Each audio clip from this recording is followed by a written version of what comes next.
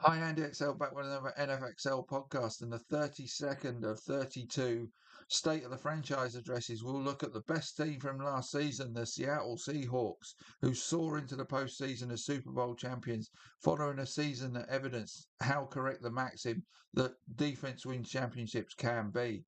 Four of the top five teams in the final standings, Seattle, New England, Denver, and Houston, were in the top six defenses in the league. On offense, Jackson and Smith and Jigba was the Seattle Seahawks star, although with a strong running back duo, one of which Kenneth Walker emerged in his own right as Super Bowl MVP. The addition of Sam Darnold was probably the most crucial move, though. Not so much in the sense of Darnold being the dominant force, but in the sense that not paying Geno Smith top dollar like the Raiders did allowed the Seahawks room to make other critical moves that led to their success last season. Basically, they said, right, we're going to have a really uber strong defense, a decent running game behind a good O line, and Sam, just don't screw it up. And basically, he didn't, apart from maybe one game against the Rams. So now they look to be only the third team this century to go back to back. The Patriots and Chiefs dynasties being the only other ones to have done so, both of whom had all-time great quarterbacks. So can the Seahawks establish a dynasty without such a quarterback? Well, the first bit of good news is that they only have seven free agents on their current roster, three or four who were significant contributors last season. The second piece of good news is that they have around 40 million of cap space to work with to sort out those free agency issues and maybe even look to add one or two free agents to make them even stronger than they were last season. Draft wise, they'll need to get their day one and day two picks nailed, as they only have a sixth round pick after those have come and gone. So those first three picks are the ones they have to get right. So let's talk quarterback. Sam Darnold did just what the Seahawks needed to do last season. Play to a good level, and we don't need you to win us many games. But the one thing you cannot do is cost us games with errors. Darnold threw for 4,000 yards and 25 touchdowns and had a 67.7 percent completion rate. He only had one performance, like I said, that cost them a game. His four picks in the first regular season meeting with the Rams, resulting in a 2 point loss. But you struggle to find games where he was a clear decisive factor in the Seahawks winning. Maybe that remarkable late rally in the second regular season game with the Rams and against the Rams in the NFC Championship game, which of course was huge. The Seahawks paid Donalds 13 million to do what he did last season. Next season they'll be paying him close to 38 million, and the following year nearly 42 million. Great move as it was last season.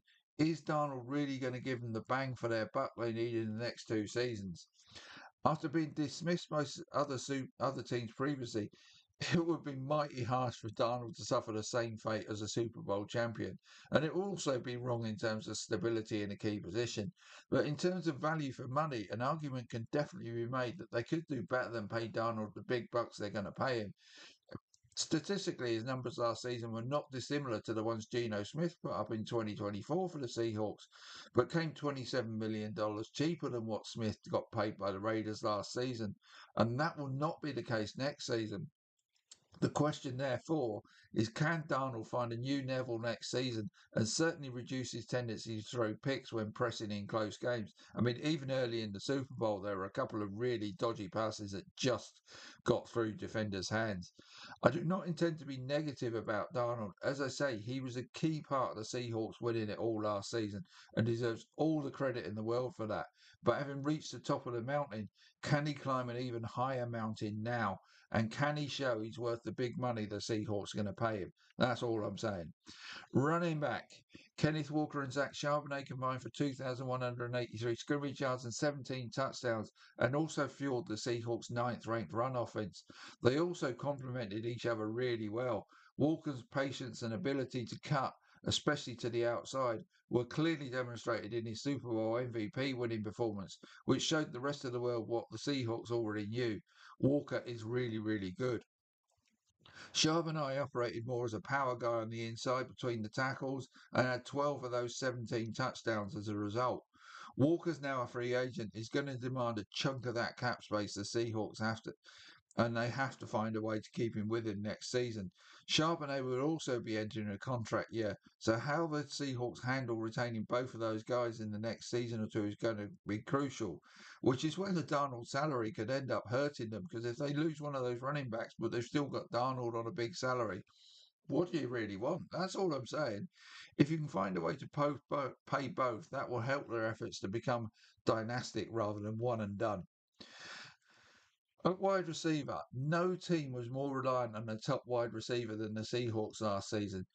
JNS, Smith and Jigba, had 44% of their receiving yardage, 36% of their pass completions, and 40% of their receiving touchdowns.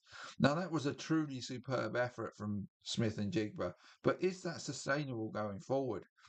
Both him, veteran Cooper Cup, and operated at both veteran Cooper Cup and Rashid Shaheed, who came over from the Knights mid-season, made little impact as receiver. Shaheed was highly significant as a special teamer, but behind Smith and Jigba, they've basically got two wide receiver, three level guys. Rookie Torrey Horton got hurt mid-season and showed promise as another wide receiver type. Cup's best days are long behind him, and he's on a steady decline. And Shaheed is now a free agent who will want his chunk of that cap space too. To justify paying Shaheed the money he will want, they need to fully integrate him into the passing game so that he's that 50-yard a game receiver he was in New Orleans and offer that deep threat that complements JNS so well. If that happened, then JNS, Shaheed, Cup and Horton would be a strong receiver group next season that could lift them into the top 10 pass offenses from their 12th rank in the last season. If they do not see Shaheed taking a bigger role as a wide receiver, I think they should let him go and look to add one via the draft, because paying him all that money just for the odd big special teams play, I don't think it's worth it. It's a very similar question to the one they faced with Darnold, and getting these questions right, how they allocate their salary, is so key to setting up a dynasty. Tight end. Young tight ends AJ Barner and Elijah Arroyo did well last season, combining for 698 yards and 7 touchdowns. Barner was the clear number one in his second season, but the Seahawks could see similar year two improvement from Arroyo next season. That would present another avenue to make their pass offense a top 10 unit next season. Offensive line, you cannot have a strong running game and allow just 27 sacks of your quarterback without a very good O-line. This was a united effort as it did not contain any truly elite O-linemen, and all of this unit is contracted for 2026. But the left side of this line could be upgraded, and with backup Josh Jones hitting free agency, the Seahawks have a space to fill there. On the defensive front, the Seahawks' top 5 defense was stronger against the run than the pass, but was very good against both. Byron Murphy, Leonard Wilson, and Jaron Reed were the guys up front for the Seahawks. They all had good seasons. Williams made the Pro Bowl, and Murphy was outstanding too. All three are contracted for next season. Great news for Seattle. On the edge, the Seahawks have 47 regular season sacks and 122 quarterback hits. So they got to the quarterback plenty in their championship winning campaign. Apologies about the hiccup. Quick sip of coffee. But only half of those numbers came off the edge. The Seahawks did not have an elite edge rusher at their disposal. It's largely schematic planning for it to be that way, pretty much as the same guys are going to be tasked with operating the same way next season. So as with the defensive front, the Seahawks have great stability and reason to be optimistic. They can be just as good in 2026 as they were in 2025. That's pretty much the whole unit's coming back. The only free agent is Boye Mafe. So the Seahawks have a call to make there in terms of bringing him back or replacing him. Inside linebacker Uchenna Nwosu, Ernest Jones and Drake Thomas filled these positions and were excellent. Thomas is a restricted free agent they need to sort out with a longer term deal, but on the basis all three are back for next season, the Seahawks are again well set to succeed in this area. At safety, in Kobe Bryant and Julian Love, the Seahawks had two excellent safeties last season, and with rookie Swiss Army knife Nick Emmanwori able to fill multiple roles, including providing cover for Love when he went down injured, they had an embarrassment of riches at safety last season. Bryant is now a free agent, though, so pay him or ask Emmanwori to play safety full time might be the question they are posed here.